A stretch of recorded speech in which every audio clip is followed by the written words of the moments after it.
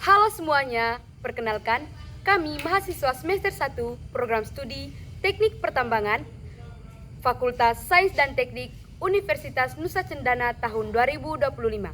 Di sini kami akan membawakan materi tentang pengantar ilmu kebumian dan mineral. Pertama-tama, perkenalkan nama saya Hermania Alicia Saulidrijo Jahamat dengan NIM 2506100061. Dan saya Apolinaris Moa, biasa dipanggil Ari, dengan NIM 2506100005. Saya Polikarpus Dalnedabang, biasa dipanggil Delon, dengan NIM 2506100035. Perkenalkan, nama saya Maria Febriola Puspitasari, biasa disapa Yola, dengan NIM 2506100003. Saya Mario Franco Lisiantus Soda dengan NIM 2506100062. Oke teman-teman, di sini saya akan membahas materi tentang konsep-konsep dalam pertambangan. Yang pertama, topik pembahasan. Topik pembahasan yang akan saya bawakan yaitu yang pertama, ilmu pertambangan, yang kedua, istilah dalam pertambangan, yang ketiga, bahan galian, yang keempat, tugas ahli tambang, dan yang kelima, hubungan pertambangan dengan bidang lain. Yang pertama, ilmu pertambangan. Ilmu pertambangan yaitu cabang ilmu pengetahuan yang mempelajari kegiatan pencarian, penyelidikan, penambangan, pengolahan, dan penjualan mineral-mineral dan batuan yang mempunyai arti ekonomis atau berharga. Berikutnya, bahan galian. Bahan galian adalah unsur-unsur kimia, mineral-mineral, biji-biji dan segala macam batuan termasuk batu-batu mulia yang merupakan endapan-endapan alam dan dapat ditambang secara ekonomis. Berikut ciri-ciri industri pertambangan. Yang pertama, bahan baku tidak dapat diperbarui. Yang kedua, ditemukan terpencar di tempat-tempat yang tidak dapat dipilih.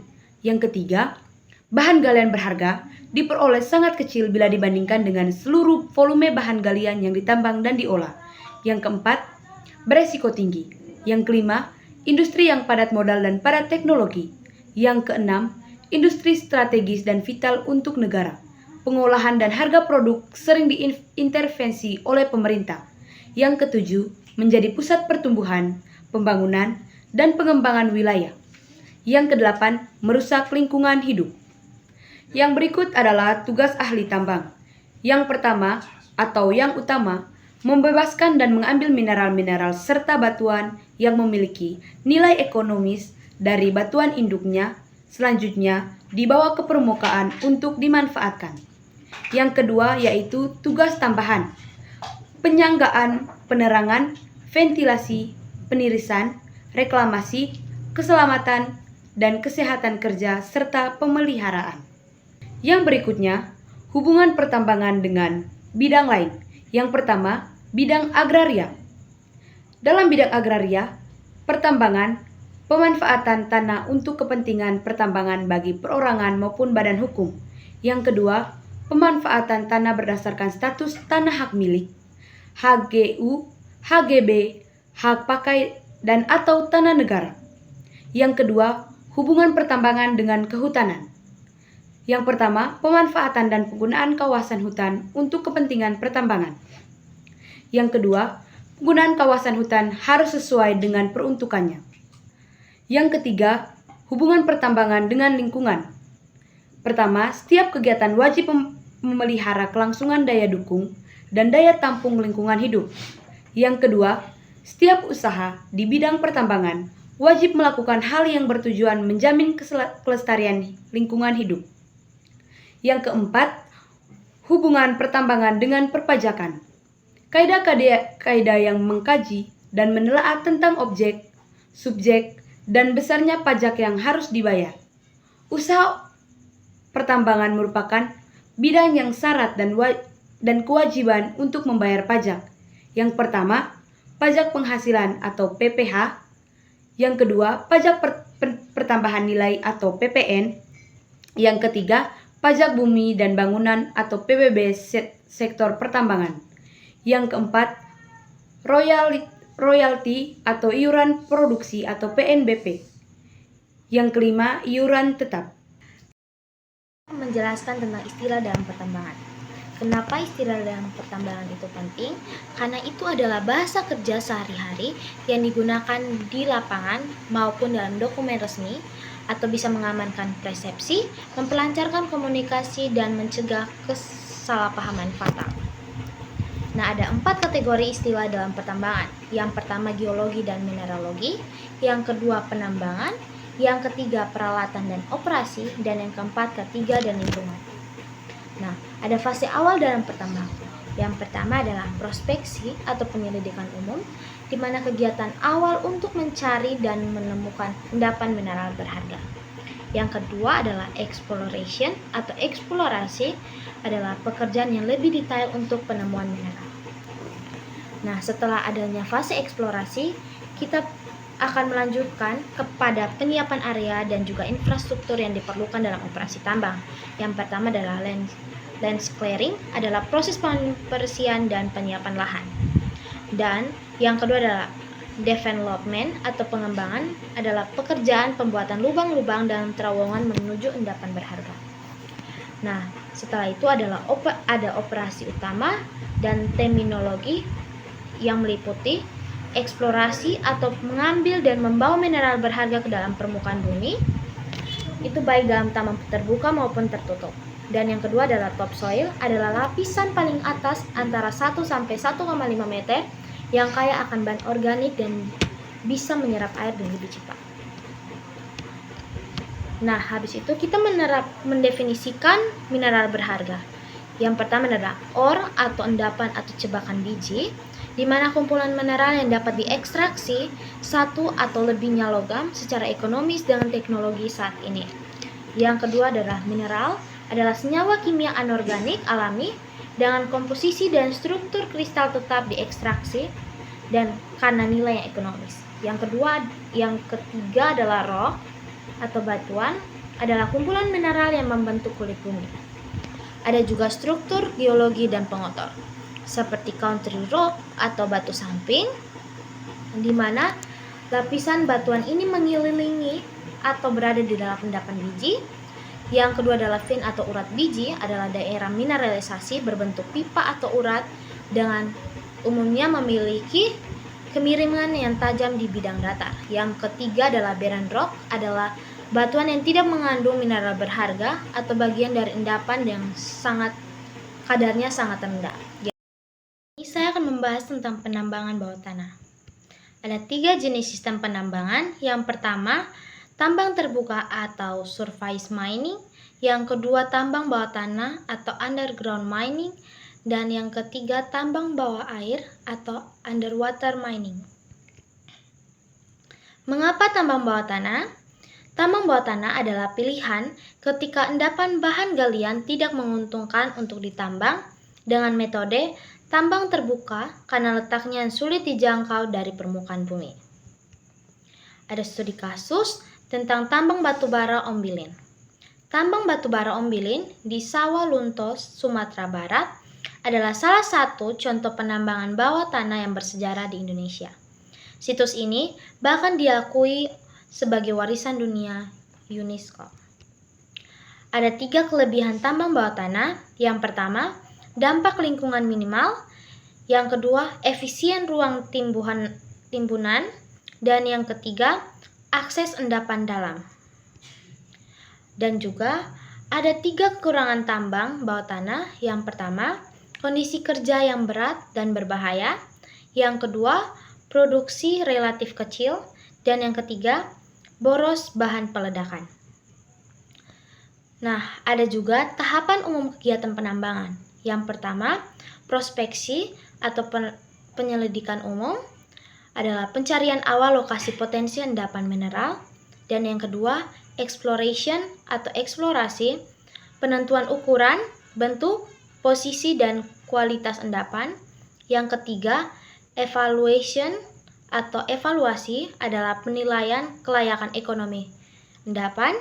Yang keempat, mine plan, design, dan finish, adalah perencanaan teknis tambang dan penggalangan dana. Dan yang kelima, development atau pengembangan, pembukaan akses menuju endapan. Dan yang keenam, exploitation atau eksploitasi tentang proses penambangan dan diekstraksi bahan galian. Ada juga kegiatan dasar penambangan. Yang pertama, pembongkaran, yang kedua, pemuatan, dan yang ketiga adalah pengangkut. Metode penambangan bawah tanah ada endapan biji. Yang pertama, open stopping, yang kedua, supported stopping, dan yang ketiga, caving method. Dan juga yang kedua, gop herring atau penambangan yang tidak beraturan. Ada juga metode penambangan bawah tanah pada endapan batu bara. Yang pertama, room dan pilar, dan yang kedua, longward method. Materi berikutnya, undang-undang dan peraturan pertambangan di Indonesia. Landasan konstitusional, ada kedaulatan negara atas sumber daya. Bumi dan air dan kekayaan alam yang terkandung di dalamnya dikuasai oleh negara dan dipergunakan untuk sebesar-besarnya kemakmuran rakyat. Undang-Undang Dasar 1945 Pasal 33 Ayat 3, pasal ini menjadi pilar utama filosofi pengelolaan sumber daya mineral dan batu bara di Indonesia. Menegaskan peran dalam menjamin pemanfaatan kekayaan alam untuk kesejahteraan seluruh rakyat. Sejarah dan evolusi regulasi pertambangan. Regulasi pertambangan di Indonesia telah mengalami perjalanan panjang beradaptasi dengan kebutuhan zaman dan tantangan lingkungan. Yang pertama 1960 Undang-Undang Nomor 5 tentang Agraria. Peraturan Dasar Pokok-Pokok Agraria atau UPA meletakkan dasar hukum untuk penguasaan tanah dan sumber daya alam. Yang kedua 1967 Undang-Undang Nomor 11 Ketentuan Pertambangan. Ketentuan pokok pertambangan mengatur sektor pertambangan secara lebih spesifik. Yang ketiga 2009 Undang-Undang Nomor 32 Lingkungan Hidup memperkuat aspek perlindungan dan pengelolaan lingkungan hidup dalam setiap kegiatan usaha. Nomor 4 2020 Undang-Undang Nomor 3 tentang mineral dan batu bara. Revisi Undang-Undang Pertambangan Mineral dan Batu Bara yang disesuaikan dengan dinamika industri dan berkelanjutan. Kerangka regulasi pelaksanaan usaha pertambangan. Pelaksanaan kegiatan usaha pertambangan mineral dan batu bara diatur oleh berbagai peraturan turunan dan keputusan menteri. Yang pertama PP nomor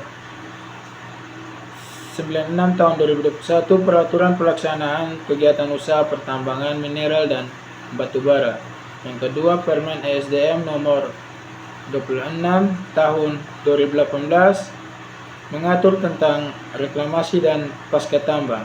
Yang ketiga Kepmen ESDM nomor 1927 K 30 MEM 2018 pedoman pelaksanaan kaidah pertambangan yang baik. Komoditas pertambangan di Indonesia. Indonesia kaya akan beragam komoditas pertambangan yang dikelompokkan menjadi mineral dan batu bara.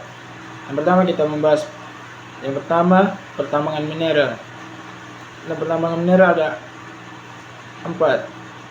Yang pertama mineral radioaktif, misalnya uranium, thorium. Yang kedua mineral logam, misalnya nikel, tembaga, dan emas. Yang ketiga mineral bukan logam, misalnya fosfat, kaolin. Yang terakhir batuan, misalnya andesit dan granit. Yang kedua pertambangan batu bara. Batu bara merupakan salah satu sumber energi utama dengan cadangan yang melimpah di Indonesia. Klasifikasi wilayah pertambangan. Pemerintah menetapkan beberapa jenis wilayah untuk mengatur aktivitas pertambangan secara terstruktur. Yang pertama, wilayah izin usaha pertambangan atau WIUP diberikan kepada pemegang IUP atau pemegang SIPB untuk eksplorasi dan operasi produksi. Yang kedua, wilayah pertambangan rakyat atau WPR, bagian dari WP yang dikhususkan untuk kegiatan usaha pertambangan berskala kecil oleh rakyat. Yang ketiga, wilayah pencadangan negara atau WPN, dicadangkan oleh negara untuk kepentingan strategis nasional di masa mendatang. Yang terakhir, wilayah usaha pertambangan khusus atau WUPK, wilayah dengan data geologi terverifikasi untuk kepentingan strategis nasional. Yang berikut, perizinan berusaha pertambangan, proses dan pendelegasian. Perizinan usaha pertambangan kini disederhanakan melalui sistem terpadu dengan kemungkinan pendelegasian ke pemerintah daerah. Bentuk perizinan berusaha. Yang pertama, nomor induk berusaha atau NIB. Yang kedua, sertifikat standar, dan yang terakhir izin. Pemberian IU berdasarkan PP nomor 96 tahun 2021 dilakukan melalui permohonan wilayah yang diajukan kepada Menteri ESDM melalui sistem online. Yang berikut, subjek usaha pertambangan dan tahapan kegiatan. Berbagai entitas dapat menjadi pelaku usaha pertambangan yang di kegiatannya terbagi dalam dua tahap utama. Yang pertama, bentuk badan usaha. Badan usaha ini dibagi menjadi 4. Yang pertama, BUMN, BUMD atau badan usaha swasta. Yang kedua, perusahaan firmia dan perusahaan komoditer. Yang ketiga, koperasi, dan yang terakhir, perusahaan perseorangan. Yang kedua, tahap kegiatan IU. Yang pertama, eksplorasi, penyelidikan umum, eksplorasi, dan yang terakhir studi kelayakan. Yang kedua, operasi produksi, adanya konstruksi, penambangan, pengolahan, pemurnian, pengangkutan, dan penjualan. Yang berikut, Good Mining Practice atau GMP, pilar berkelanjutan. Penerapan Good Mining Practice atau GMP adalah kunci untuk memastikan kegiatan pertambangan yang bertanggung jawab dan berkelanjutan. Yang pertama, teknis pertambangan, efisiensi dan keselamatan dalam operasi penambangan. Yang kedua, konservasi mineral dan batubara, pemanfaatan sumber daya secara optimal dan efisien. Yang ketiga, adanya K3 pertambangan, itu untuk keselamatan dan kesehatan kerja untuk seluruh pekerja. Yang keempat, pengelolaan lingkungan, itu reklamasi, pasca tambang, dan beroperasi yang bertanggung jawab. Yang terakhir, pemanfaatan teknologi seperti inovasi dan rekayasa untuk peningkatan produktivitas dan keamanan. Yang berikut, kesimpulan. Kesimpulan, keadilan dan berkelanjutan dalam pertambangan. Yang kesimpulan, regulasi yang kuat dan penerapannya yang konsisten adalah fondasi untuk menciptakan industri pertambangan yang tidak hanya produktif tetapi juga bertanggung jawab secara sosial dan lingkungan. Oke, materi berikutnya, tahapan kegiatan industri pertambangan. Struktur umum kegiatan pertambangan, adanya tahap prakonstruksi, yaitu pembebasan lahan, eksplorasi awal, hingga rekrutmen tenaga kerja. Tahap yang berikut, tahap konstruksi, yaitu pembukaan lahan, pembangunan infrastruktur, emplasemen, dan sarana penunjang. Yang berikut, tahap operasi atau produksi, yaitu penambangan aktif, pengolahan, dan pemurnian. Yang terakhir, tahap pasca tambang. Tahap pasca adalah pemutusan hubungan kerja dan reklamasi lahan. Eksplorasi menentukan cadangan mineral. Yang pertama, eksplorasi pendahuluan. Adanya studi literatur. Studi literatur ini peninjauan data geologi dan laporan survei terdahulu. Yang kedua, survei dan pemetaan. Pencarian singkapan batuan, pengambilan sampel acak atau sumur uji, parit uji, dan pemboran untuk model geologi dan penyebaran endapan. Yang kedua, eksplorasi detail, yaitu adanya sampling rapat dan cadangan terukur. Sampling rapat, pengoboran atau sumur uji yang lebih intensif untuk data dimensi. Bentuk, posisi, dan kualitas biji. Yang kedua, cadangan terukur, menghasilkan data cadangan terhitung dengan tingkat kesalahan minimal 20% untuk perencanaan tambang yang akurat. Studi kelayakan penentu masa depan tambang. Studi kelayakan adalah tahap krusial yang menentukan apakah suatu proyek penambangan layak secara teknis, ekonomis, lingkungan, dan sosial untuk dilanjutkan. Perencanaan tambang mengubah cadangan menjadi aksis. Perencanaan tambang didasarkan pada perhitungan cadangan bahan galian yang layak ditambang, terutama kategori cadangan yang terukur. Konstruksi dan penambangan wujud operasi.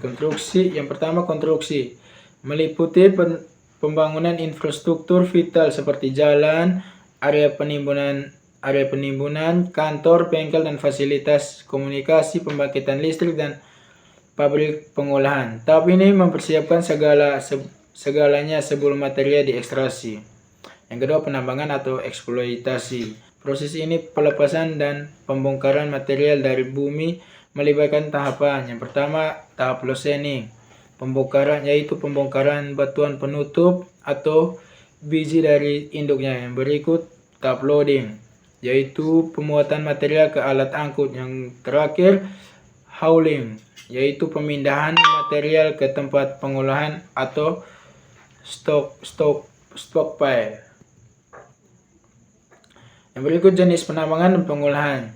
Jenis penambangan ada tambang terbuka, ada tambang bawah tanah, dan yang terakhir tambang bawah air.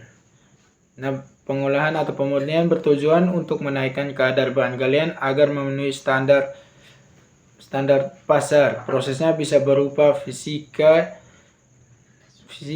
dan kimia. Yang berikut, pasca tambang dan tanggung jawab lingkungan. Yang pertama, pengangkutan dan pemasaran. Tahap logistik dan komersial setelah pengolahan. Pengangkutan memindahkan material ke pasar, sedangkan pemasaran melibatkan penjualan produk melalui kontrak jangka panjang atau pendek.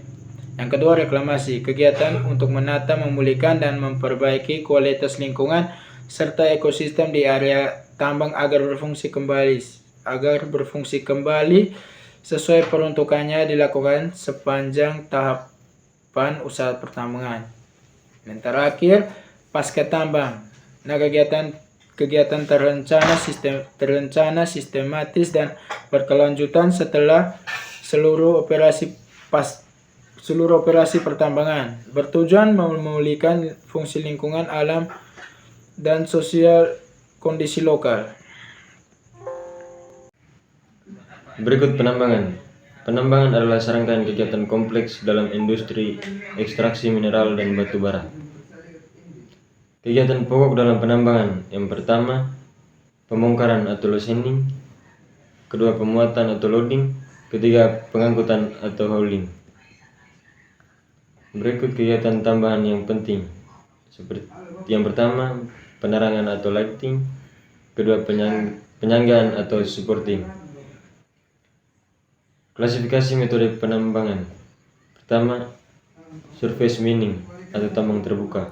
Metode ini cocok untuk endapan yang dangkal atau luas. Kedua, underground mining atau tambang bawah tanah. Digunakan untuk endapan yang dalam. Ketiga, tambang bawah air, underwater mining. Seringkali pada kedalaman lebih dari 200 meter menggunakan teknologi khusus. Berikut faktor penentu pemilihan metode penambangan. Pertama, ekonomi, meliputi cadangan, produksi, umur tambang, produktivitas, dan biaya operasional. Kedua, sifat geoteknik, kekuatan batuan, modulus, elastisitas, porositas, permeabilitas, dan kondisi tegangan. Ketiga, perolehan tambang, dilusi, selektivitas, fleksibilitas, modal, intensitas.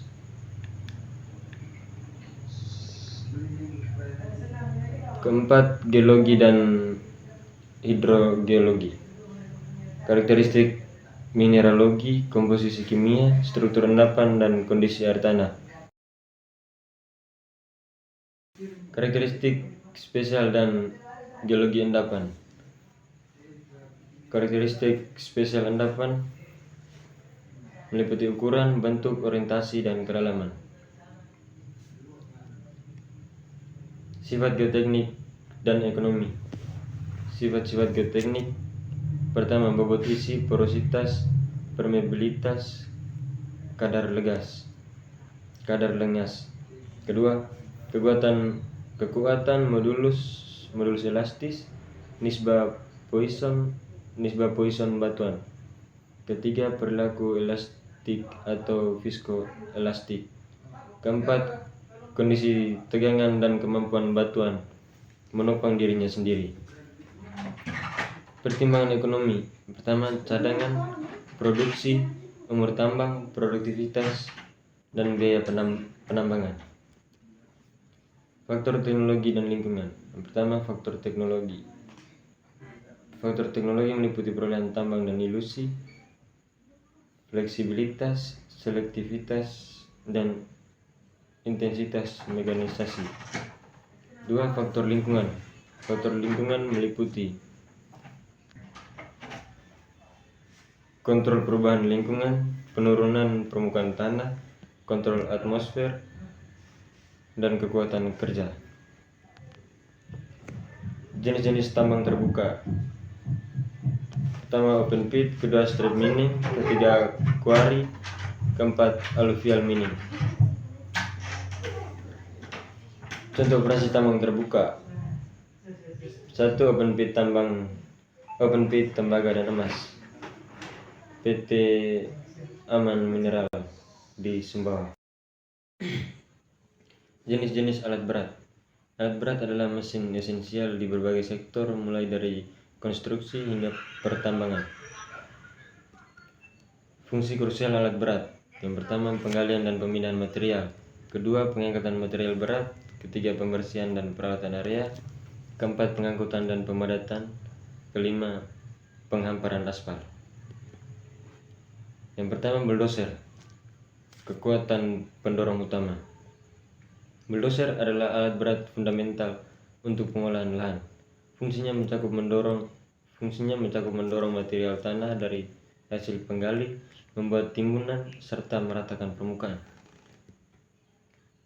Berikut eksavator, multitalenta penggali. Eksavator dikenal luas sebagai alat penggali tanah yang efisien. Selain menggali, alat ini juga berfungsi sebagai pemindahan dan pengangkutan material seperti muat ke dalam truk. Wheel loader dan track loader, solusi pemindahan dekat. Wheel loader dan track loader memiliki fungsi serupa dengan bulldozer, yaitu memindahkan material dalam jarak dekat. Berikut motor scraper, perata dan pengumpul efisien.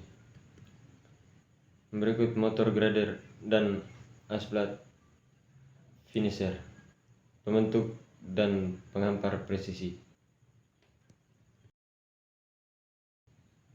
Berikut mobil crane dan tir roll. Mobil crane dan tir roller, pengangkatan dan pemadatan. Berikut bedding plant dan tower crane, produksi dan vertikalitas. Klasifikasi fungsional alat berat. Yang pertama, alat pengolahan lahan. Kedua, alat penggali. 3 alat pengangkut material, 4 alat pemindahan material, 5 alat pemadatan, 6 alat pemroses material, 7 alat penempatan akhir material. Jadi pada materi ini saya akan menjelaskan peledakan dalam pertambangan. Mengapa peledakan itu dibutuhkan dalam pertambangan? Dalam industri pertambangan, peledakan adalah metode utama untuk memisahkan batuan atau bahan galian dari batuan induknya secara efisien. 1. Pembongkaran efisien memungkinkan ekstraksi material dalam jumlah besar. Yang kedua, aksesibilitas membuka jalur dan area baru untuk operasi penambangan.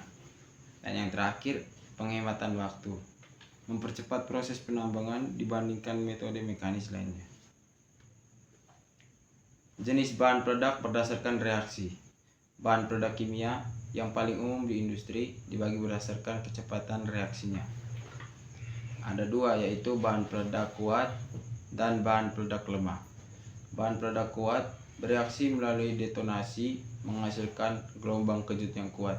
Contohnya TNT dan PETN. Yang kedua, bahan peledak lemah. Biasanya digunakan dalam penambangan batu bara. Contoh populer adalah black powder dan propellant. Berikut bahan peledak industri komersial. Berbagai jenis bahan peledak kimia dirancang khusus untuk kebutuhan pertambangan dan konstruksi. Yang pertama ada black powder, peledak tertua, masih digunakan untuk aplikasi tertentu. Yang kedua dinamit, bahan peledak kuat yang umum dan serbaguna. Yang ketiga permissible explosive, dirancang untuk lingkungan tambang, batu bara yang rentan gas. Yang keempat ada blasting agent, yaitu campuran bahan bakar dan oksidator, aman ditangani. Dan yang terakhir ada slurry atau emulsion, peledak berbasis air yang kuat dan tahan air. Berikutnya ada sifat gas beracun setelah peledakan. Dibagi atas 2, yaitu yang pertama ada smoke atau asap, terdiri dari uap atau asap putih, tidak berbahaya, biasanya cepat menghilang. Dan yang kedua ada fume atau gas beracun, sangat berbahaya, berwarna kuning, mengandung gas seperti karbon monoksida dan oksida nitrogen. Yang berikutnya, lokasi penyimpanan bahan peledak. Penyimpanan bahan peledak harus memenuhi standar keselamatan yang ketat untuk melindungi lingkungan kerja. Ada 3. Yang pertama, ada akses mudah dan aman. Yang kedua, perlindungan alamiah. Dan yang terakhir, penyimpanan terpisah. Yang berikut ada persyaratan gudang bahan peledak. Desain dan konstruksi gudang harus kokoh untuk menjamin keamanan optimal. Dibagi atas 5, yang pertama ada konstruksi kuat, atapnya ringan, pintunya aman, pemisahan material, dan yang terakhir ada penangkal petir. Berikutnya ada tata cara penyimpanan bahan peledak. Prosedur penyimpanan yang benar sangat penting untuk mencegah insiden dan menjaga kualitas bahan. Yang pertama ada sistem rak. Disimpan dalam rak dengan tumpukan serendah mungkin, 30 cm di atas lantai. Yang kedua, tinggi maksimal. Susunan bahan peledak tidak boleh melebihi 1,80 meter untuk sirkulasi udara optimal. Yang ketiga, tanpa benda lain. Hanya bahan peledak yang boleh disimpan di dalam gudang. Yang keempat, zona aman. Dilarang membuka peti bahan peledak kurang dari 15 meter dari gudang. Dan yang terakhir, kontrol suhu. Suhu di dalam gudang tidak boleh melebihi 35 derajat Celcius. Yang berikut ada pembuatan lubang, tembak, dan sistem peledakan. Ketepatan adalah kunci dalam persiapan peledakan untuk hasil yang optimal dan aman. Yang pertama ada lubang tembak, dibuat menggunakan alat bor khusus, jumlah dan kedalaman disesuaikan dengan jenis bahan peledak dan kebutuhan, dibersihkan dengan kompresor sebelum diisi bahan peledak. Yang kedua, sistem peledakan serentak untuk skala kecil, suara dan getaran minimal, dan juga ada beruntun untuk skala menengah besar, mengurangi dampak negatif suara dan getaran. Dan yang terakhir ada prosedur keamanan peledakan. Langkah-langkah yang harus dipatuhi untuk memastikan keselamatan semua pihak selama operasi peledakan. Dibagi atas 5. Yang pertama ada area tanda, yang kedua peringatan awal, ketiga pilih sistem tepat, yang keempat peringatan akhir, dan yang terakhir petugas berwenang. Jadi pada materi ini saya akan menjelaskan tentang pengolahan bahan galian, pondasi industri modern. Berbagai penggunaan bahan galian industri, dari keramik ada gipsum, kaolin, feldspar, talc, wollastonite, borates, alumina, zirconia, marmer, dan granit adalah bahan penting dalam produksi keramik. Berikutnya cat dan plaster. TiO2, kaolin, mika, talc, wollastonite, borates, dan alumina memberikan tekstur, warna, dan daya tahan pada cat. Borate dan kromit juga digunakan dalam plaster.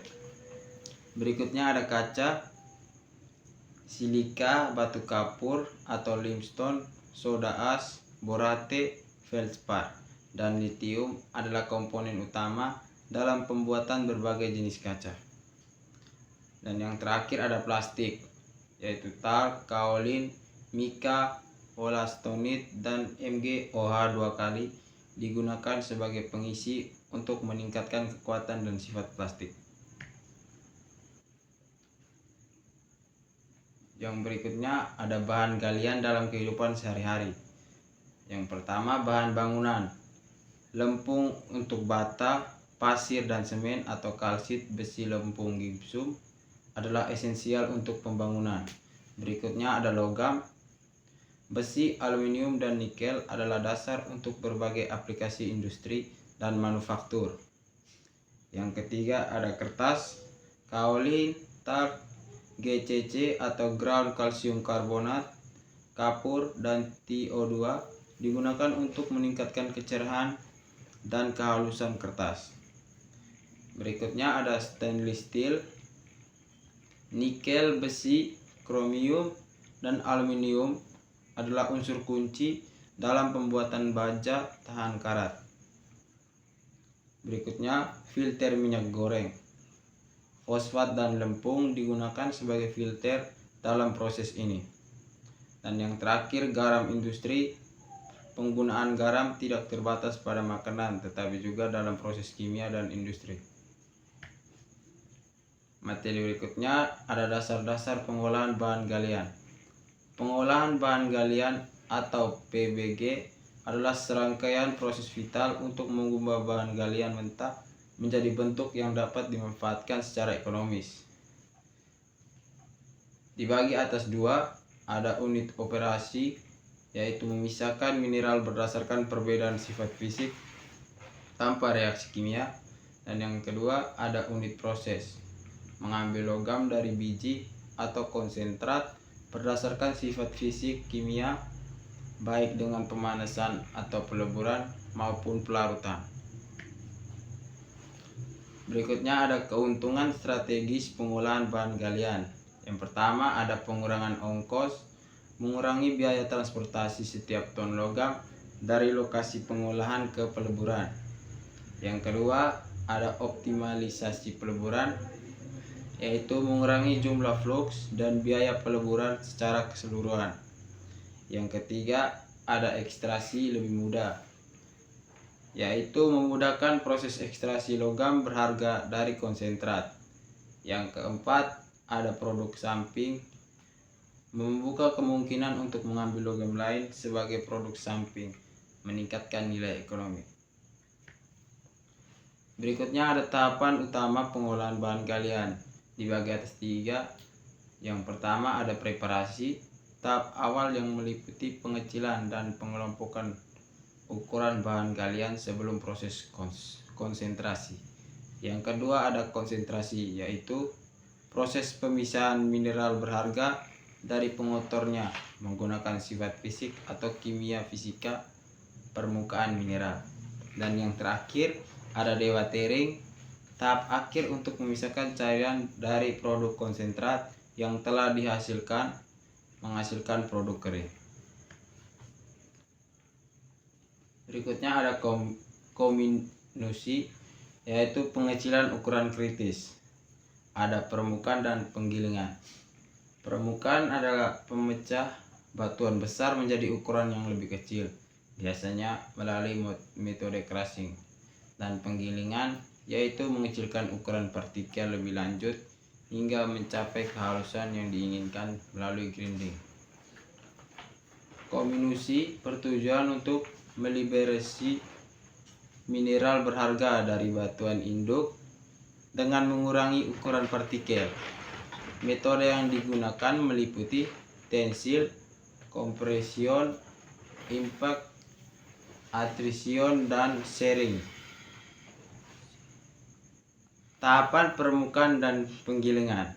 Yang pertama, primary crushing, secondary crushing, dan yang terakhir fine crushing atau grinding.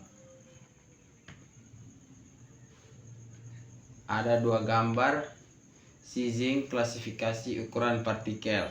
Yang pertama ada screening atau pengayakan, dan yang kedua ada classifying atau klasifikasi. Yang berikutnya ada konsentrasi, memaksimalkan nilai mineral.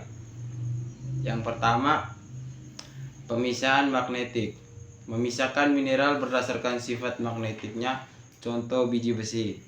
Yang kedua, pemisahan elektrostatis, yaitu memisahkan mineral berdasarkan konduktivitas listriknya, contoh zirkon dan rutil. Yang ketiga, pemisahan gravitasi, memisahkan mineral berdasarkan perbedaan berat jenisnya, contoh emas dan timah. Dan yang terakhir ada flotasi, memanfaatkan perbedaan sifat permukaan mineral untuk menempel pada gelembung udara, contohnya tembaga dan seng. Tahapan konsentrasi adalah inti dari pengolahan bahan galian, di mana mineral berharga dipisahkan dari pengotornya untuk mendapatkan konsentrat dengan kadar yang lebih tinggi. Dan yang terakhir ada masa depan pengolahan bahan galian. Seiring dengan terus berkembangnya teknologi, pengolahan bahan galian juga berinovasi menuju praktik yang lebih efisien dan berkelanjutan. Fokus kini beralih ke metode yang minim dapat dampak lingkungan, pemulihan mineral langka, dan otomatisasi proses untuk produktivitas maksimal. Dengan demikian, industri ini akan terus menjadi pilar penting dalam menyediakan bahan baku untuk kebutuhan global yang terus meningkat. Baik teman-teman, sekian video materi kami hari ini. Semoga bermanfaat. Terima kasih.